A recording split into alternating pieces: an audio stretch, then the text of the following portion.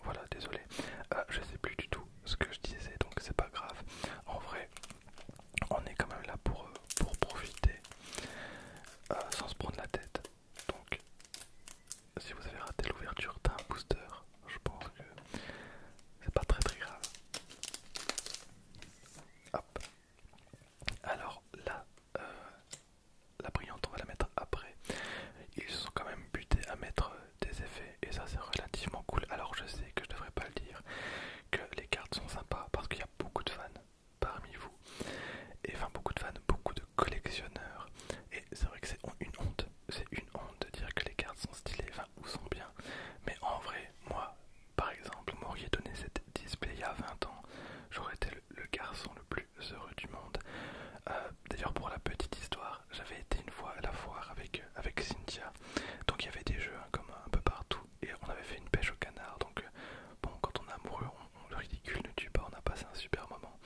Bref, et du coup bah, j'avais eu un booster Pokémon qui bien sûr était faux. Je pense qu'il y a 0 chance sur 20 que dans les foires on donne des vrais boosters Pokémon, donc je savais bien que c'était un faux.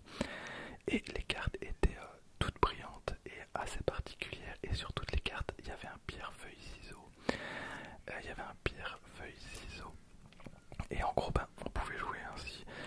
Là, ça se voyait vraiment que c'était des fakes, alors qu'elles étaient toutes brillantes. Mais c'était de la brillance nulle, vraiment. Et là, honnêtement, je suis agréablement surpris. La première fois de ma vie que je vois une carte V qui ne brille pas. Une carte ténèbres. Après, ce genre de carte, ça peut aussi servir en tant que proxy. Pour ceux qui savent pas ce qu'est une proxy, c'est quand vous n'avez pas la carte. Parce qu'elle coûte peut-être trop cher ou parce qu'elle est très très rare ou impossible à trouver, mais que vous voulez quand même jouer la carte entre amis dans votre deck, ben vous prenez une fausse carte et vous la remplacez et vous annoncez que lorsque vous tombez sur cette carte là, ça signifie que c'est en réalité telle ou telle carte. Voilà, je sais pas si je me suis bien fait comprendre. Voilà, tout simplement. Mais les cartes sont quand même relativement de bonne qualité. Allez, peut-être à part l'arrière qui est vraiment dégueulasse et en brillante. On a les Argus en holographique. D'accord. Petit les Argus en holographique. Pardonnez-moi pour ce que je vais faire, parce qu'en vrai, je suis pas trop fan. Mais j'ai quand même envie par curiosité de voir. Ah, je déchire une holo. Enfin, je coupe une holo. Parce que sur celle que j'avais eue à la foire, il y avait vraiment une sorte de petit filtre de brillance. Et ben non, même pas. Bah pour le coup, en vrai, pour le coup, attendez. Non, bah écoutez, j'ai jamais déchiré de holo de ma vie, donc je pourrais même pas comparer. Mais bon, regardez, quelle tristesse. C'est vraiment la seule carte que je vais déchirer. Du coup, donnez-moi votre avis, honnêtement, pour 11 €. Pour 11 €, je sais pas ce que vous en pensez, mais bah en vrai, ça va quoi. Ça va, surtout qu'on a quand même des cartes brillantes. Et c'était annoncé en plus que c'était des faux boosters. En vrai, quand c'est vendu comme des vrais boosters, ok, je peux comprendre, mais quand c'est vendu de toute façon comme des faux boosters, de toute façon, je pense que tout le monde sait que une display ne coûtera pas 11 €. Sauf vraiment ceux qui s'y connaissent pas. On va encore s'en ouvrir un tout dernier, parce que je pense qu'on a quand même relativement fait le tour. Voilà. Quand j'étais petit, il y avait beaucoup, c'était des fausses cartes Yu-Gi-Oh! Et il y en a énormément qui en ont encore chez eux des fausses cartes Yu-Gi-Oh! D'ailleurs, je suis sur des sites d'échange et de vente. Et il est pas rare que des gens mettent en vente des parties d'Exodia, le maudit, mais totalement fake. Et encore une fois, il y a des fakes qui sont vraiment très très bien faites. C'est-à-dire qu'en photo, il faut l'œil, il faut vraiment l'œil. Alors la petite brillante, mais trop bien. Trop bien, on a un petit Zacian V en brillant. Elle passe inaperçue, vraiment elle passe inaperçue. Quel plaisir. Voilà, on a un Pijaco, un petit Pijaco, un Charmina, Meditica. Je ne sais plus comment s'appelle ce Pokémon. On a un Lézargus V, une énergie ténèbres, la mine de Galar, et on a... Oh, et les câbles, quel plaisir, et les câbles. J'ai envie d'encore en ouvrir plein pour voir les holos que je peux avoir, parce que c'est ce qui m'intéresse le plus. En vrai, Zacian, elle